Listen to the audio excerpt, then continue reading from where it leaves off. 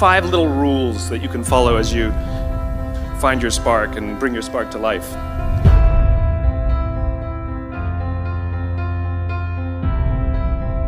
The first is to go after the things that you want. Let me tell you a story. So a friend of mine and I, we went for a run in Central Park. The Roadrunners organization, on the weekends, they host races. And it's very common at the end of the race, they'll have a sponsor who will give away something, apples or bagels or something.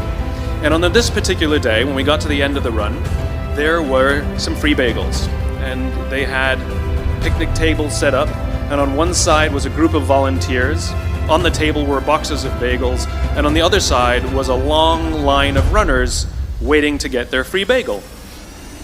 So I said to my friend, let's get a bagel. And he looked at me and said, the line's too long. And I said, free bagel. And he said, I don't want to wait in line. And I was like, free bagel.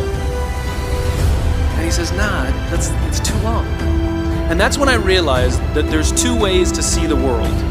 Some people see the thing that they want, and some people see the thing that prevents them from getting the thing that they want. I could only see the bagels. He could only see the line. Because the rule is, you can go after whatever you want. You just cannot deny anyone else to go after whatever they want. You don't have to do it the way everybody else has done it. You can do it your way. You can break the rules. You just can't get in the way of somebody else getting what they want. Rule number 2.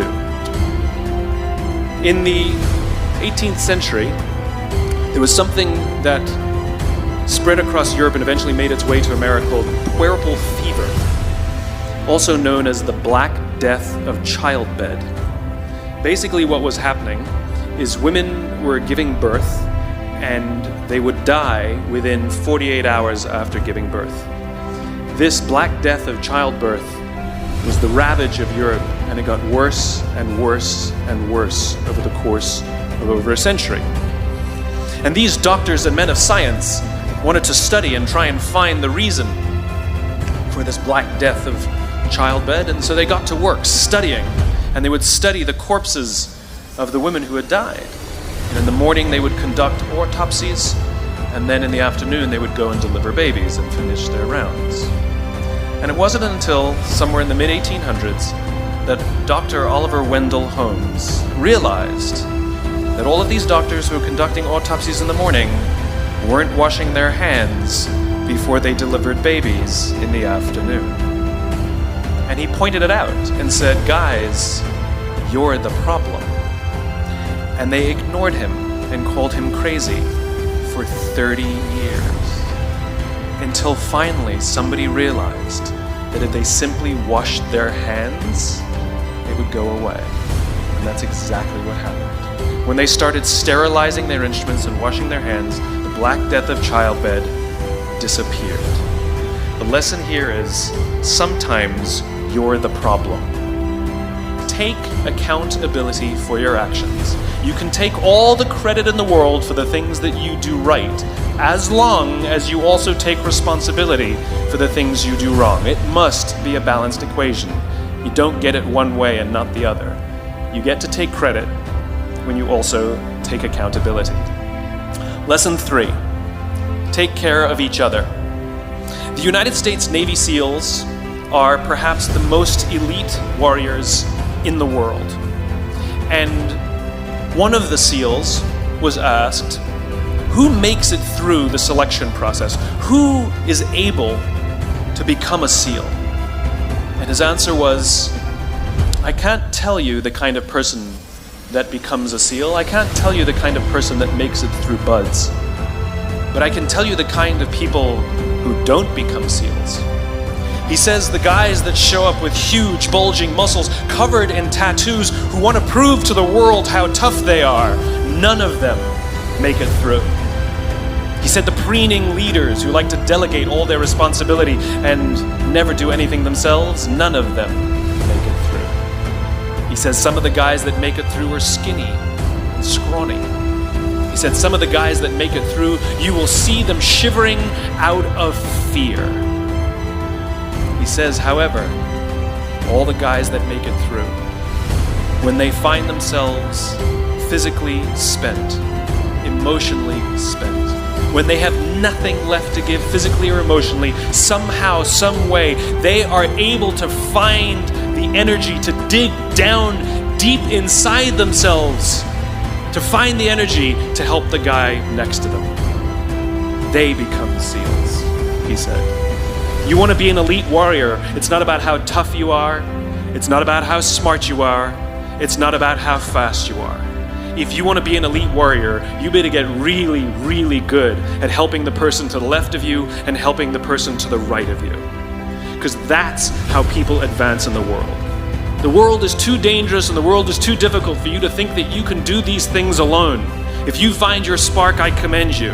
Now, who are you going to ask for help, and when are you going to accept help when it's offered? Learn that skill. Learn by practicing helping each other. It'll be the single most valuable thing you ever learn in your entire life. To accept help when it's offered and to ask for it when you know that you can't do it. The amazing thing is, when you learn to ask for help, you'll discover that there are people all around you who've always wanted to help you. They just didn't think you needed it because you kept pretending that you had everything under control. And the minute you say, I don't know what I'm doing, I'm stuck, I'm scared, I don't think I can do this, you will find that lots of people who love you will rush in and take care of you. But that'll only happen if you learn to take care of them first. Lesson 4. Nelson Mandela is a particularly special case study in the leadership world because he is universally regarded as a great leader.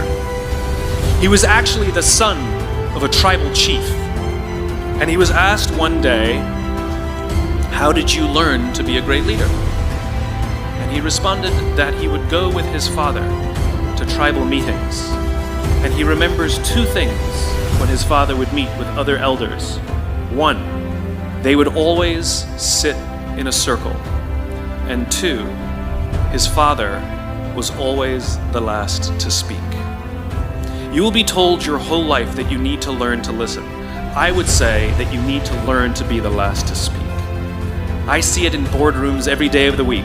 Even people who consider themselves good leaders, who may actually be decent leaders, will walk into a room and say, here's the problem, here's what I think, but I'm interested in your opinion, let's go around the room. It's too late. The skill to hold your opinions to yourself until everyone has spoken does two things. One, it gives everybody else the feeling that they have been heard. It gives everyone else the ability to feel that they have contributed. And two, you get the benefit of hearing what everybody else has to think before you render your opinion. To keep your opinions to yourself. If you agree with somebody, don't nod yes.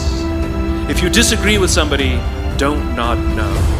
Simply sit there, take it all in, and the only thing you're allowed to do is ask questions so that you can understand what they mean and why they have the opinion that they have. You must understand from where they are speaking, why they have the opinion they have, not just what they are saying.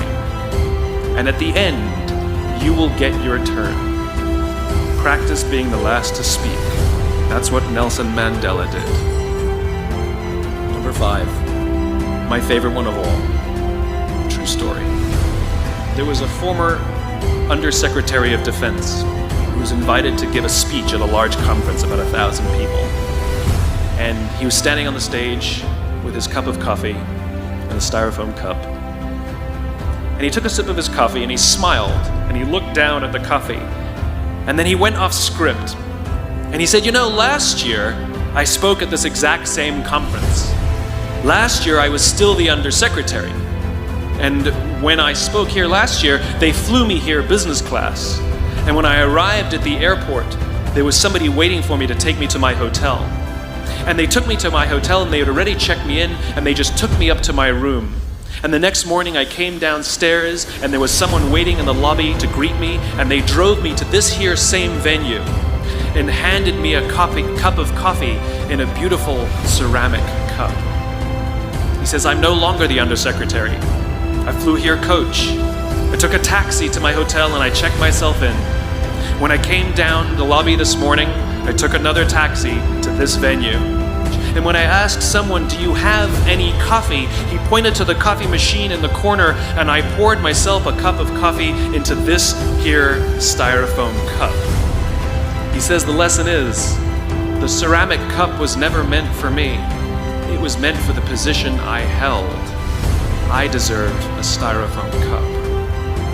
Remember this. As you gain fame, as you gain fortune, as you gain position and seniority, people will treat you better. They will hold doors open for you. They will get you a cup of tea and coffee without you even asking. None of that stuff is meant for you. That stuff is meant for the position you hold. It is meant for the level that you have achieved of leader or success or whatever you want to call it. But you will always deserve a styrofoam cup. Remember that lesson of humility and gratitude. You can accept all the free stuff. You can accept all the perks. Absolutely, you can enjoy them. But just be grateful for them and know that they're not for you. Thank you very, very much, guys. You're wonderful.